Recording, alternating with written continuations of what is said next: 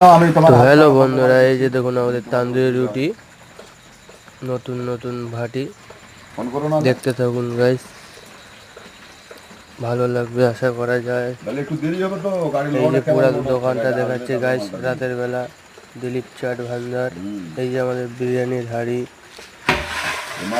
বিরিয়ানি শেষ খালি, রাত 8টা বাজে।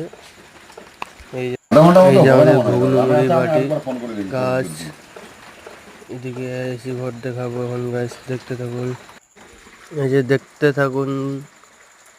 এখন আমি ঢুকবো, আমাদের দুটো রুম আছে, একটা ওদের নর্মাল রুম, একটা আছে আমাদের এসি রুম গাইস। ওই রুমে একটু চার্জ বেশি গাইস। এই যে আমাদের ভোলে বাবা।